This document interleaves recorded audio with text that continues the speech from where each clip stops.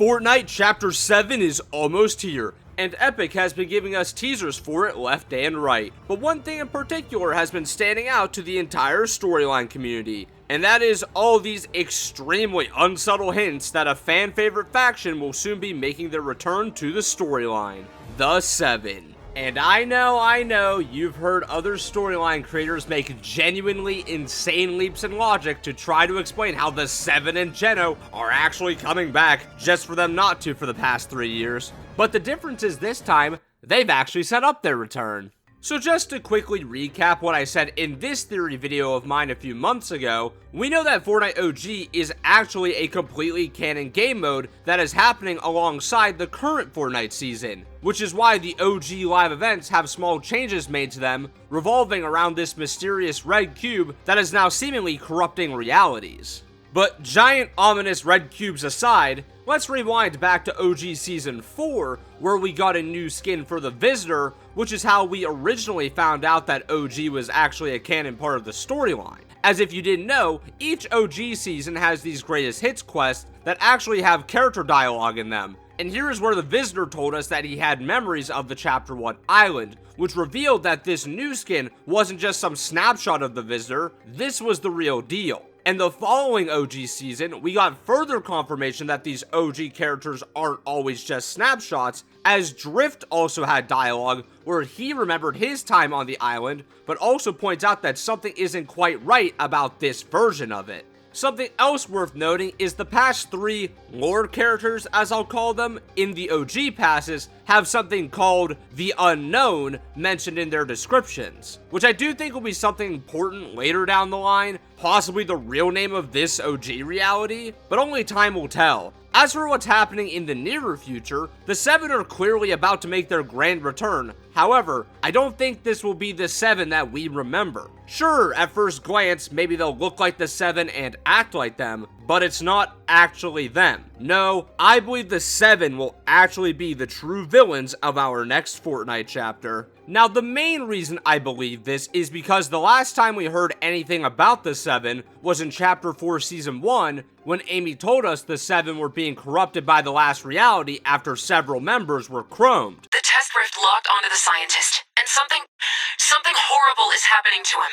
What could be darker than the worst fate imaginable? Plus, add on to the fact that both the Imagined and the Paradigm died, and on top of that, the Order had actually left the Seven after the death of her sister, so her fate is really up in the air. So how is it that these characters met traumatic ends, and now are suddenly okay and living again? Obviously, this is just my own speculation, but I believe these new Seven skins we will be getting are actually already corrupted by the last reality, and at some point during the chapter will be revealed as the true villains. Not because the Seven are actually evil all of a sudden, but in reality, the Seven that we once knew are unfortunately gone for good. And even if the final pieces of them left help us defeat this dark presence, I feel like at the end of Chapter 7, they will actually pass down their mantles to a new Seven, and then likely make some final heroic sacrifice. But who do I believe these new heroes actually are? Well, believe it or not, I think we've actually met most of them already. So the most obvious two are of course Hope and Jones. Hope will take over the leader role from the Foundation, as she already proved she's a capable leader during Absolute Doom, and Jones will actually take over for the Visitor's role, as he knows the most about the Omniverse from his time working for the Imagined Order. Plus, Jones was already a close ally to the Seven, and even nicknamed himself the Legend. Now, this is where things get more interesting. I actually believe the siblings will be succeeded by Kendo and Jade, whereas Daigo will actually fill in the spot of the Origin. So all 3 of these characters, similar to the sisters, are the descendants of a powerful villain that attempted to destroy their home reality, with the sisters being the daughters of Geno, the leader of the Imagined Order, and Kendo, Jade, and Daigo being descendants of the Mask Maker that started the Shattering War on Oninoshima. But Daigo in particular is similar to the Origin, as both were at one point in time villains with special powers, with the Origin once being the Cube King with the last reality powers, and Daigo once being the Dark Presence's Mask Maker with Kintsugi magic. And if you haven't noticed yet, we've gotten members of this theorized new 7 from both of the previous chapters, and I believe our last 2 members will come from Chapter 7. One of these members, I believe, may be an entirely new character, while the other will actually be a returning character that never got a skin.